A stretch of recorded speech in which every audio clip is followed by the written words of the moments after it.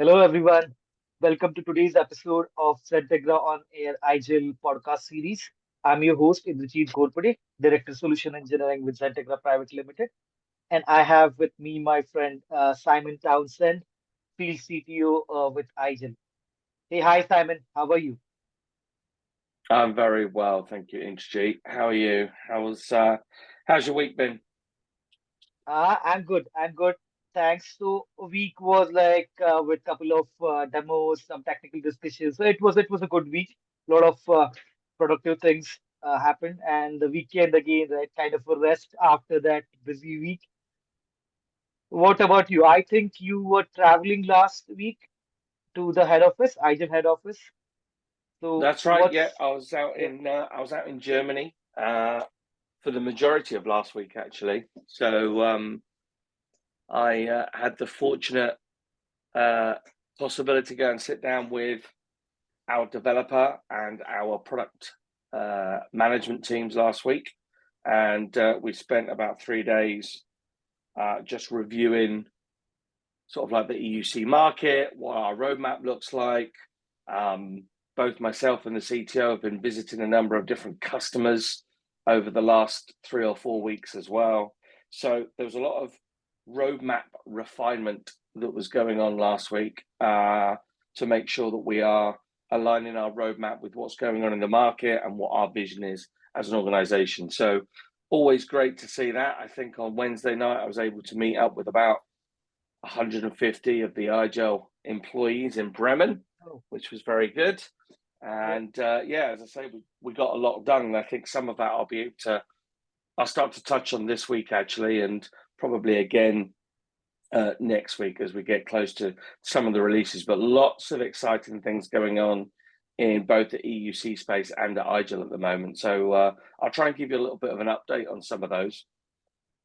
Yeah, sure. And I think I was about to come to that because as you said, like, there are a lot of things happening in the market, and even like I'm hearing a lot of the new announcements for different OEMs or different manufacturers in the EUC space. And so Yeah, in line with that, as you correctly said, right, I just should start overall discuss and like strategize what to do and like what things I should focus on. So just want to hear from you, right? First of all, right, there are a lot of things, right? Like the Amazon, they announced their like the Cube endpoint along with that end-to-end solution, and there are like a lot of things happening similar to that in the market. So just want to understand or hear from you, like what are the new things happening in the market, and what is IGIL strategy is, and like whether there are things started in line with the new updates or new things in the market. yeah. So I think I don't know whether you're seeing it in G. I suppose I'll start with first of all, um, lots of people are getting a little bit excited about AVD on-prem, so HCI technology, right? And Azure HCI, and there are a couple of customers now who are very interested in, dare I say, the simplicity um, and the benefits that AVD can bring, but at the same time want to keep some of their VMs and their virtual machines closer to their data and actually store that on prem. So I know there was the Microsoft event. What was that? 2 weeks ago now, and there was one or two HCI announcements. It's still in tech preview, um, but I think that's going to get very, very interesting, right? When you're able to start deploying virtual machines and hosts on prem and start to manage them from AVD. Yeah, Obviously, the other thing that we heard in the last couple of weeks is the fact that VMware have been acquired. yeah, Finally, that's gone through. So VMware are now Broadcom. Um, I've got many friends, funnily enough, that have worked at Broadcom or been acquired by Broadcom in the past. People at Symantec, for instance. Um, that's going to be interesting. I don't think there's a great deal of news what they're going to do with the EUC business. I yeah, know there's been lots and lots of rumors, but they are literally just rumors at the moment. Um, I think what's pretty clear is that Broadcom will have their semiconductor business, their electronics business. Yep. They will have a division in the software business called Symantec, and then I think VMware will ultimately become the larger software division of that. And from everything I'm hearing at the moment, EUC and things like Carbon Black and desktop virtualization, you know, it's business as usual. And particularly in the healthcare space, I still see a huge number of people deploying VMware to deploy their virtual desktops. We're still working with a large number of organizations across the globe who are deploying VMware Horizon, both on-prem and Horizon Cloud. So, long may that continue, but we'll have to wait and see what that brings longer term. And I think the important thing there is just making sure that, an organization has got choice or flexibility moving forward, right? You've got Citrix, you've got VMware Horizon, you've got AVD, you've got AWS, for instance. But, ultimately, people just need to make sure that whether it's at the endpoint, whether it's the applications they're packaging up and deploying, whether it's the cloud infrastructure that they're using, just make sure that they've got the flexibility to change any of those and to move in a very agile way should anything untoward happen. Not that I think it will. I think we're going to see the likes of Citrix and VMware continue to deliver VDI and end user compute for a long time moving forward. And that's quite a nice link to AWS. You mentioned Amazon's Cube that came out the other week. That seemed to get quite a lot of attention. Two things happened to me, actually. Number one, I went to an EUC forum in the UK 2 weeks ago, and I met up with the guys from AWS workspaces there, and they are definitely very excited about what they're now able to offer customers in terms of desktop virtualization. I mean, if you want a desktop as a service solution, AWS can offer that and can offer that at a very good price, and they can be your cloud infrastructure for your Citrixes and your other VDI technologies as well. It was quite interesting to see them release the Cube, which ultimately is a Fire Cube device, typically that you would use plug into your TV and allow you to stream movies, etc. But they've reworked that and turned that into a thin client, which means I think for what $195, $200, organizations are now able to put a Amazon Cube on people's desktops, and people can use that as the thin client to connect into Amazon workloads. I think it's an interesting idea, and I think particularly during COVID, when organizations were struggling to get a hold of hardware, you could imagine that Amazon had lots and lots of these types of devices lying around, and maybe that's why they want to go into that space. I think for me, it says more about the future of the home market than it does the enterprise market. I'll be honest with you, Indrajeet, I've got some concerns over that Cube as a thin client at the moment. Like, it doesn't support dual monitors by default. You need an extra dongle to make that work. You need to plug in a dongle to get all your USB ports and everything connected. It's obviously, at the moment, by the looks of things, only going to be able to connect into AWS and not have the client for Citrix, the client for VMware, the client for AVD. So I think that limits choice and flexibility again that we spoke about before. But I think it's a neat idea. And I think what's going to be interesting over the next 5 to 10 years is how you see desktop virtualization, or the concept of a cloud PC, be used for home for home use. So I'm sure many people that listen to this podcast have got, family, friends that have bought laptops and PCs for home use in the past. And Indrajeet, I'm sure you get a phone call every now and again from a family member that says, my PC's broken. You're in IT, can you come and fix Yeah. it for me? It happened. My dad came around the other week with his laptop and he says, oh, my laptop's gone slow. Something's wrong with it. Can you try and fix it? Yes. I think that's quite interesting if you think about how someone at home, not for work purposes, but for personal use, could buy a PC in the future.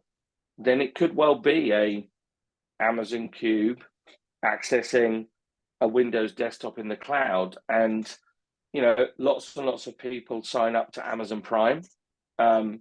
Maybe Amazon Prime includes a Windows desktop in the future. Lots of people have got Xbox Game Pass. Maybe Microsoft offer a virtual desktop or a cloud PC in the future with Xbox Game Pass. So, the need for someone to buy a PC for home, I think is probably, is it dying, or it's just becoming less and less of a need at the moment.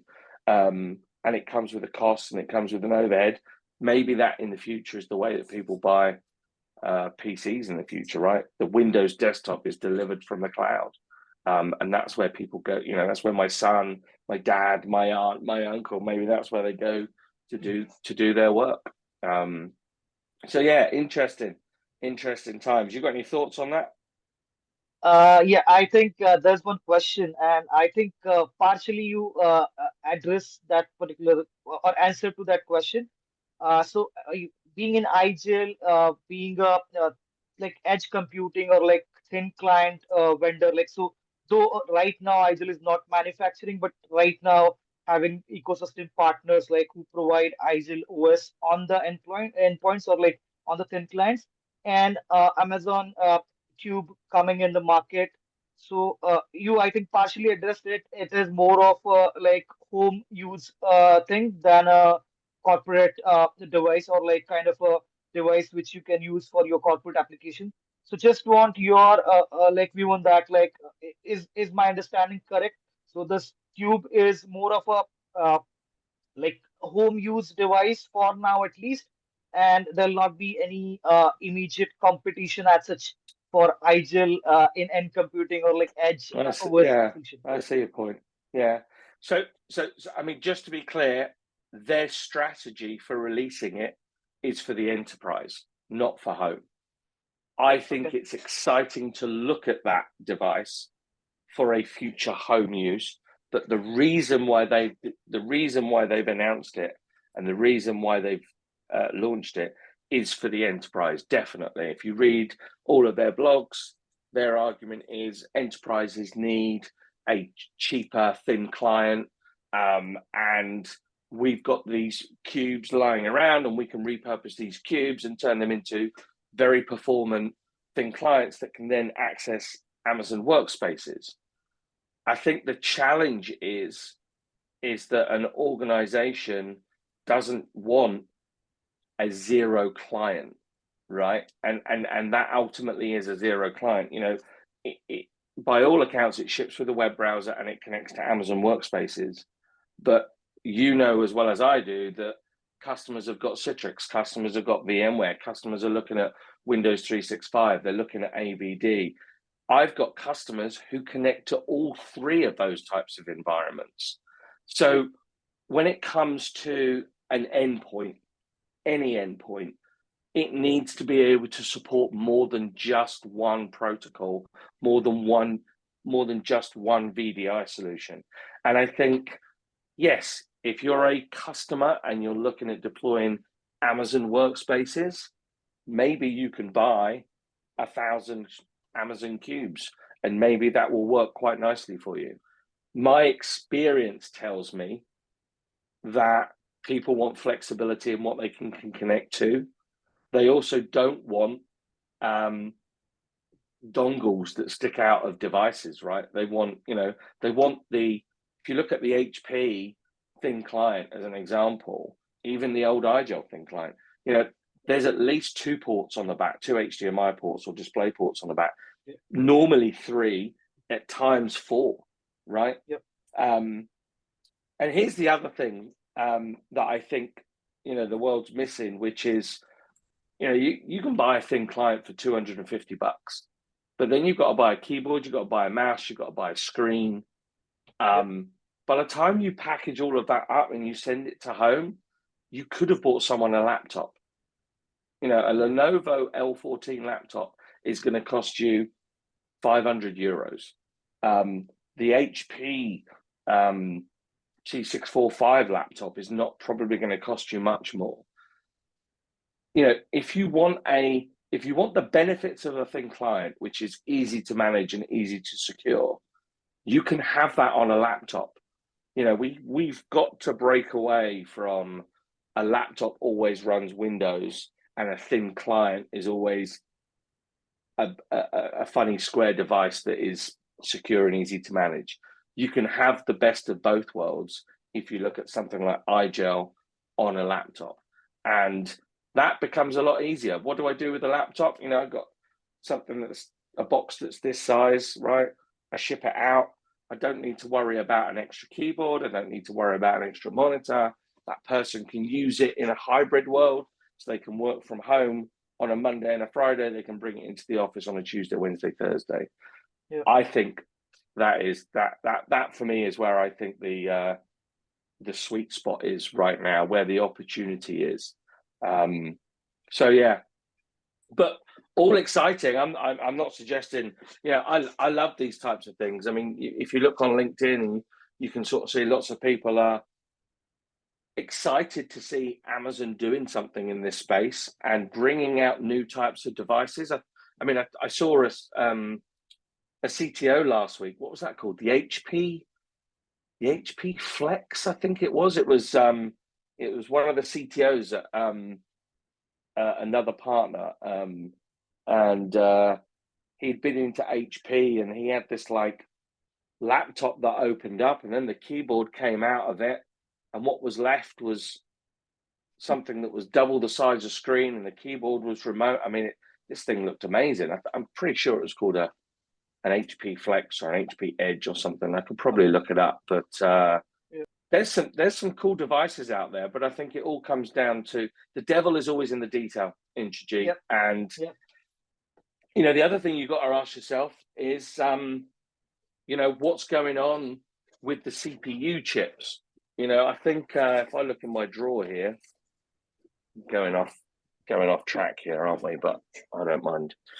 Do you remember these devices? Can you see that? Yep. The in-computing Raspberry Pi. 420 devices. That's the one, yeah. Good devices, have the ability to run IGEL, but this is an ARM-based processor as opposed to an Intel, x86 64-bit processor. The problem is not the operating system. The problem is not the management of the device. The problem for a long time was the performance of the device, but I think that's got better now. Like there's a Raspberry Pi 5 available, and Amazon have got their Cube device and all the rest of it. But you've got to think, what are the peripherals, and what are the that you're plugging into it, and what are the applications that you want to run? Yeah. So if your VDI vendor doesn't provide an ARM client, you can't run it, right? Yep. If your ARM device doesn't support a camera, a headset, an Imprivator tap and go device, or there's no ARM VPN client that you can install, or no browser that you can use, or no secure service edge piece of software that you want to install. If there's no version for ARM, then you're going to be very, very limited. And so the devil is always in the detail. It comes down to, what do you need someone to do?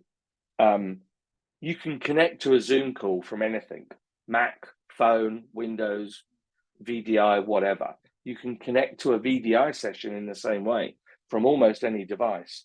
but some devices lend themselves better to certain scenarios, and that is the detail. That's where the experience that you guys bring to the market, right? Which is looking at what are the use cases, what are the employees trying to achieve, what applications do they need to use, what peripherals do they use, and mapping the right technology to those use cases. Yep. Yep. Sorry, that was a very long way of answering your question, wasn't it? But No, that's yeah, absolutely fine because like that was a detailed one and like it clears a lot of doubts. Like which the one I asked, like even couple of our listeners must be having those doubts in their mind, and at least you clarified it very well. Yeah. yeah. Yeah. I think if your organization has predominantly got people that work from the office, or you're in healthcare and you've got clinical workers, a thin client makes absolutely perfect sense. But Yep. if you've got a hybrid worker, I think a laptop with a thin operating system makes the most sense. And Yep. that's just my view. Yeah. Okay, so we talked about these new things coming in the market, and you said that you were in IGEL head office in Germany last week, and like you guys talked about a lot of innovations or a lot of strategies for like the year next year, like a lot of new things which are coming in IGEL as well. So if you can like, or maybe if it is okay to share, right, just let us know, right, couple of new things coming up with IGEL or like some innovations or some improvements happening with IGEL as a solution. Yeah. So I think the biggest piece of news was last week when we announced our in the press, we announced our support for Improvata with AVD and Windows 365. So that is now a crucial piece of innovation and a relationship that we've been working on for some time that is going to completely provide healthcare organizations in particular, but not just healthcare, an opportunity to choose the right platform for them. And what I mean by that is that Improvata for a very, very long time has been enabling healthcare organizations to go up to a device with an RFID reader and simply just tap to log Yep. on, pass those logon details through to the desktop logon, to multiple desktop logons, to multiple applications, look after the patient, tap again, log off, and then go to the next PC, the next patient, and just work faster. Yep. And Improvata has been doing this for years and years and years in healthcare organizations all over the world, significantly reducing logon times and improving patient care, and sometimes with some very, very complex workflows. So what's happened is that if you've got IGEL on the endpoint and you've got Improvata in the mix with the card, with the tap and go cards, and you're connecting to Citrix or VMware, we've provided that solution for a very, very long time. Yep. And people do that. You've got some customers, right? XenTegra's got customers Yes. that Yes. do this already. What we've now enabled, which is unique to ourselves, is the ability that same endpoint with that same Improvata card can now connect into AVD and Windows 365 Cloud PC. And that means that we're giving healthcare organizations choice over their VDI, desktop as a service platform. And it's allowing some organizations and some healthcare organizations at least to move some of their infrastructure from being on-prem to being inside Azure and deploy AVD desktops.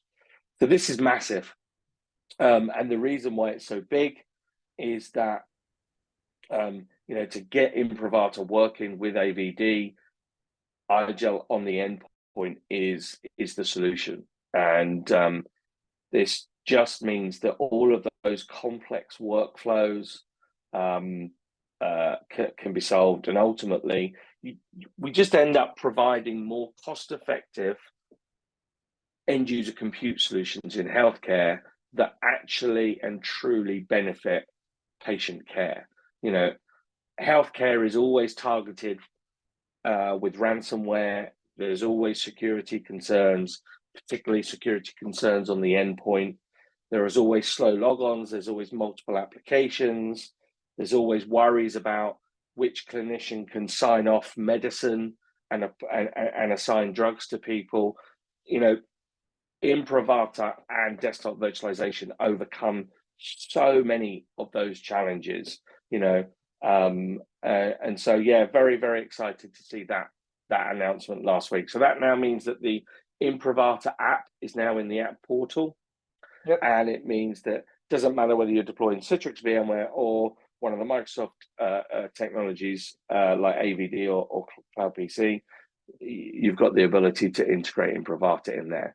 And I think you're going to start to see some more of that coming, right? Not just in healthcare, but in other organizations. I mean, why do we need to log on? I mean, we've all got our phones with us. We've all got cards to get into the office, right? I mean, we can use these devices to log on and log on very, very quickly as well. So yeah, very, very excited about that, Indrajeet. Very, very excited. And that's something that I've got a couple of healthcare events coming up. One of them's tomorrow, in fact, where we'll be talking to over 50 of the UK health service companies. So, you know, exciting times in terms of that as well. And yeah, so that's actually a great thing for healthcare industry. But I think it is even applicable to retail industry, because in like couple of retail customers even, right, work in a similar manner, right? When the floor staff, they are working on like specific terminals, they have a specific access credentials, right? And even these guys are working in shifts, right? Multiple like there are multiple shifts for to cover 24/7, like for a couple of retail organizations. So I think it is even relevant for retail industry. You're exactly right. You know, you go into a typical retail outlet and they've got a point of sale. You go into back office, you go into warehouses, even if you go into manufacturing, right? Manufacturing lines, they're all using some form of desktop virtualization typically because of how their organization is structured. And what do people want? They want to be able to come into work. They want to be able to just log on quickly. And so, you know, I think it's interesting. And there's more and more devices now, particularly if you look at LG. I know you guys partner with LG as we do, right?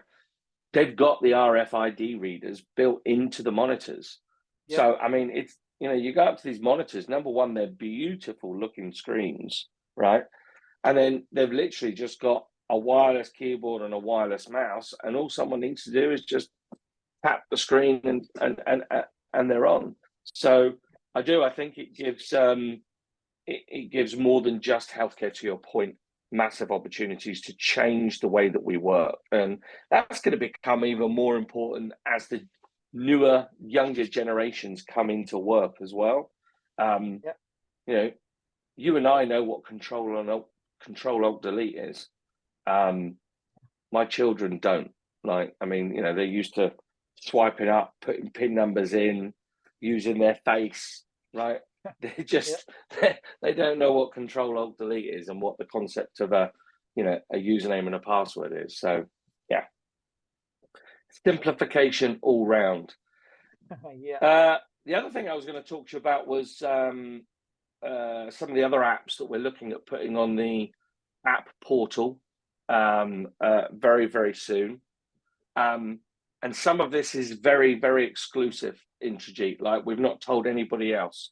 So I'm going out on a bit of a limb. I'll probably get told off for saying it, but I can tell you that Firefox as a browser is coming to the app portal. So we've had Chromium for a while, but Firefox is coming. Firefox was the number one web browser in IGEL OS 11. Very, very configurable from a policy and a security point of view, from an IGEL point of view. So it allowed customers to really control the web browser experience, but obviously very rich in terms of user experience for the employee. So that is you're probably going to see that drop onto the app portal before the end of December. So there's a little Christmas present for customers there. Yeah, definitely. We're also trying to get. I've got Edge deployed on my IGEL OS device. That's still a custom partition at the moment, but we are working on getting that onto the app portal behind the scenes. There's some work going on with Microsoft there. I can also tell you again, exclusive again, we started, had some very good conversations with a company called Island recently, Island.io, and they do an enterprise browser. I know that they've also selected XenTegra as one of their go-to market partners. I've actually got Island enterprise browser working on IGEL now as well. So we're working hard to get that relationship and agreement signed so we can get the Island browser onto the app portal. But I can tell you now, the Island browser works flawlessly in IGEL OS. I'm using it day in, day out. It's a Chromium-based browser. It performs brilliantly from an employee point of view, but it provides the most comprehensive set of security and compliance configurations from an IT point of view. So I'm very excited about that. Secure operating system, secure browser. I mean, what else do you need? Yeah. And then the other thing that we're doing that I think you're going to see drop again before Christmas is a new UI on the UMS. And I'm not sure I can share my screen, but if you want to enable screen sharing, for those people that do watch this podcast as a YouTube video, I enabled it. You can share the screen. So there we go. So you can have a look. You can have a look here. This is the new look and feel for the UMS. So when we released Cosmos, we obviously brought out UMS 12. That had a new web-based interface, which I actually thought was modern enough, actually, and very intuitive to use. But what you're going to start to see is something called the unified design, and it's going to you're going to start to see that across both IGEL OS and the UMS. And so now you can start to see a slightly more modern interface of the web console, where you can actually start to break down all of the different devices and the configurations. So you can see in here all of my devices, extremely responsive. I can group them together. You can see what's been deployed, and you start to see these sort of panels that start to appear. And what this does is this allows someone to be very, not only does it make it more intuitive and it actually performs better, but it also means you can start to skin the management console and when with your own theme. So you can give this your own corporate design. And why this is important is this same unified experience is going to come to IGEL OS. So again, this whole concept of transparent backgrounds, being able to change color, being able to change themes, all the things that you would expect from a modern management interface and also a modern based operating system. So super excited about that. And the last thing that I'll talk to you about today is Windows 365. So you'll know at the moment, if you go into the app portal, so if I just log us into the app portal again, I'll talk, if people can't see this, I'll talk them through it. But if you go to the IGEL app portal today, you'll obviously see all of the applications that we've put into the app portal. There's about 50 applications in there now, including the Chromium browser, Control Up HDX, Control Up Remote DX, the Workspace app, Device Trust. There's the Azure Virtual Desktop, and there is the IGEL Windows 365 app. That Windows 365 app is soon to be updated, and that will also support what's called Windows 365 Frontline. So Frontline is the concurrent, cost-effective way of getting Windows 365 Cloud PC for organizations like healthcare workers, right? Where there are shift-based workers. And perhaps you actually, out of 3 employees, only one of them needs to be logged on at the same time. So there's a little bit of work still to be done. The team in Germany are busy working away on that at the moment, but you'll see an updated Windows 365 application very, very shortly, which will offer support for Frontline. And the reason why I'm excited about that is that I'm starting to see, again, a large number of local government, healthcare type organizations who are considering and at least evaluating IGEL Azure Virtual Desktop, but also Windows 365 Frontline as well.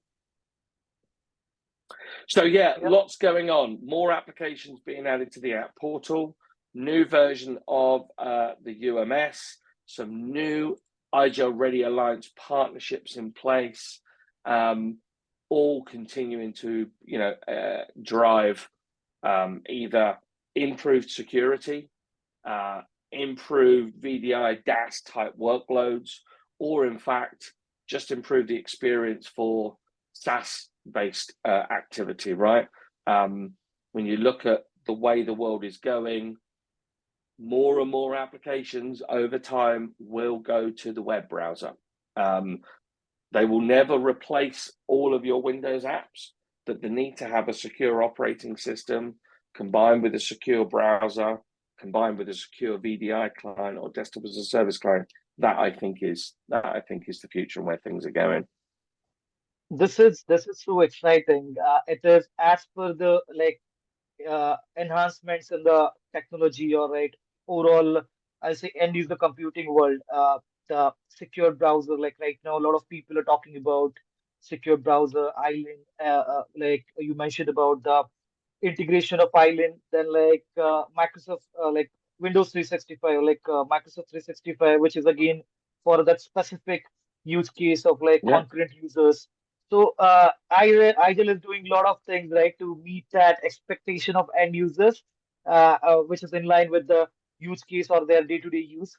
And I think next year will be full of such things, right, and actual users getting advantage of those improvements in IGEL OS.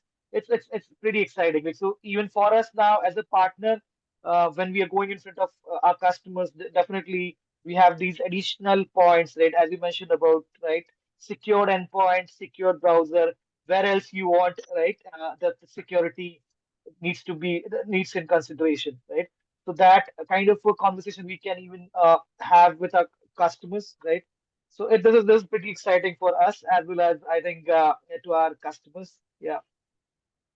I think it's you'll probably hear us talk a little bit more about now and next.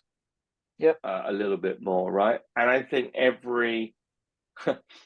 that word journey is overused in TT, right? I mean, every technology company says, "Oh, you're on a journey," but the truth of the fact is the word journey and the word hybrid are overused, but they're overused for a reason, and that is because we are no longer just deploying IT that then just sits there and works for 5 years and doesn't change.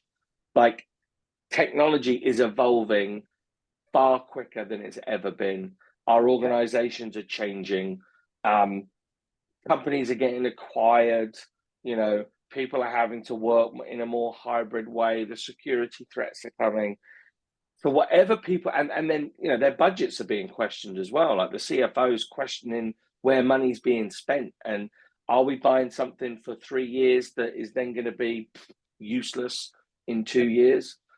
So you've got to be looking at technologies now that are going to support you today, but also get you to where you need to be tomorrow. And I think that's super, super important. And I think it's obvious to everybody, but I don't necessarily think that we talk about it enough. In IT, we tend to talk a lot about, I've got a problem, how do I fix it? I've got another problem, how do I fix it? It's good sometimes just to step back and go, where am I today? Where would I like to be? And what technology will enable me to go on that journey? And yeah, IGEL from the start is right. And if I even like go like just review or like if I talk about IGEL journey, it is actually in line with the technology evolutions, right? From a like hardware manufacturer to a software only company, and now as you're updating on the like improvements, like it is now more on the even more on the SaaS based services or SaaS based applications, right? So IGEL itself, right, evolved in a way and in line with the technology evolutions in the market, and Yeah, which is actually the right thing. You have to be updated. You cannot sit on your technology like once you are good. If you're good in your technology, you can't sit yeah, on the technology and like just have customers like that. You have to evolve. You have to imp make, do like a lot of new things. You have to improve your platform, and IGEL is very much in line and like doing a great job. exactly that. Exactly Yeah, that. Yeah. So good to know that you guys are. Yeah, it's always good to know that XenTegra are always ahead of the game, right? yeah, Every time I'm thinking about, oh, we should have a relationship with another partner, I look at you guys, and you guys have pretty much had the same thought, right? And you're already yeah, talking to them, so yeah, it's good. yeah. Good thing. I think it was good conversation, right, about technology, new things in technology, like and IGEL innovations. And I think let's keep it like right now we have already talked about what is happening with IGEL and like new things in the market. Maybe in couple of upcoming episodes, because I think you may be having a lot of new things to inform us or like to update us on the IGEL evolution. And even there are a lot of things happening in the market on the technology evolution side. We'll come to know that in our upcoming we'll definitely cover that in our upcoming episodes. But with this, I think let's conclude today's episode. Thanks, Simon. Thank you so much for your time. Looking forward to meet you again next week. No worries. Thank you. Thanks for Thank everyone for you. listening. Have a great week. Yeah, thanks everyone.